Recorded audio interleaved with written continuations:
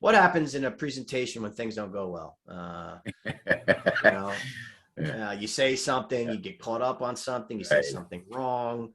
I have a story that changed my life forever, but what are some of the things that you would say? Yeah, it's a good topic. It's a good question. I mean, we're living in a visual world now, so we've got, you know, the Zoom on top of, you know, the audio. By the way, if I am doing a demo, and I was just on with a prospect this week, and he's like, "Are we sharing screens?" I'm like, "Look, when I'm doing a demo, I like to have the camera off because I can focus on what you're saying and really focus on the demo. It's just better than watching what's around you or your eyes and all that." But anyway, many years ago, 30 years ago, I took a few acting classes in San Francisco and New York. And I don't know if it was the one in San Francisco, New York, but I'll never forget, the instructor was saying, what you do when you mess up on stage, live performance.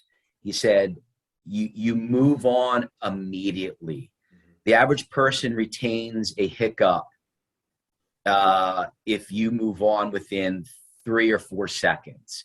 So what does that mean? If you mess up on stage and you move on within 4 seconds, no one will remember it. No one will remember it. But if you harp on it, or if you announce in some way your mistake, that's all people will remember. Yeah. So if I'm in a presentation and there's always going to be a hiccup or whatever, and if I don't know the answer to the question, I'll table it. But that's not a hiccup. If there's a hiccup, I move on quickly. And the prospect or customer, they won't remember it. It's just they won't remember it. Yeah. So that's what I would do. Yeah. What you said is absolutely right. Don't harp on it, move on.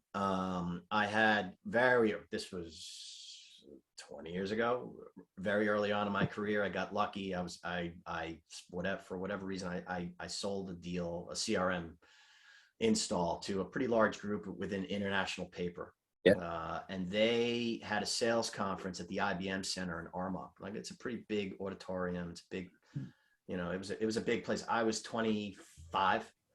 And they wanted me, when I closed the deal, they're like, "Oh, great, demo it to 100 people or 150 people." And I was like, all right. And so I got up on stage, I thought I prepared. I got up on stage and, Ben was with us. He did a quick overview of who we were and who the company was. And he's like, "And now Joe's going to walk you through the software," So, now I do very little clicking. Like, I learned from this. Like, I went through each little, rather than saying, "Here's a contact, here's the list, here's how you do this, and here's what, it's great, you could forecast," and talk for about 5 minutes. I went into actually creating a contact, like each field. It was painful. Yeah.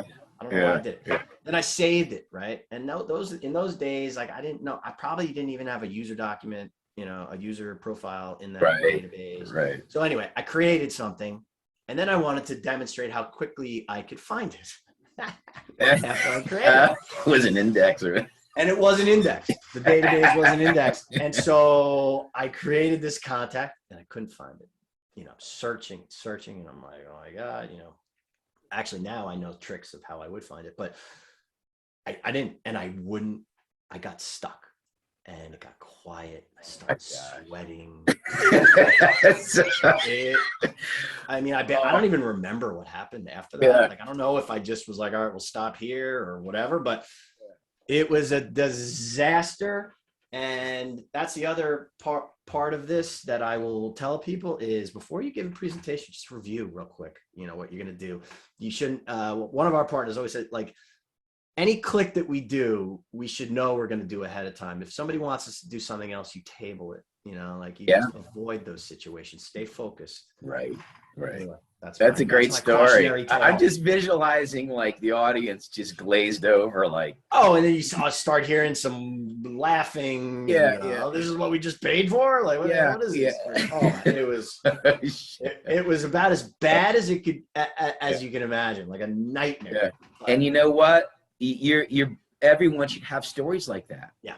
Because you get through it, you learn from it. Like, if you're not having stories like that, then you're not you're not challenging yourself. You're not getting out of your comfort zone. Everyone. Well, you're not learning. I mean, Yeah, yeah. Perfect from day one. Yeah, we're just gonna laugh about it, you know, a day or two later. But that's a great story. I can.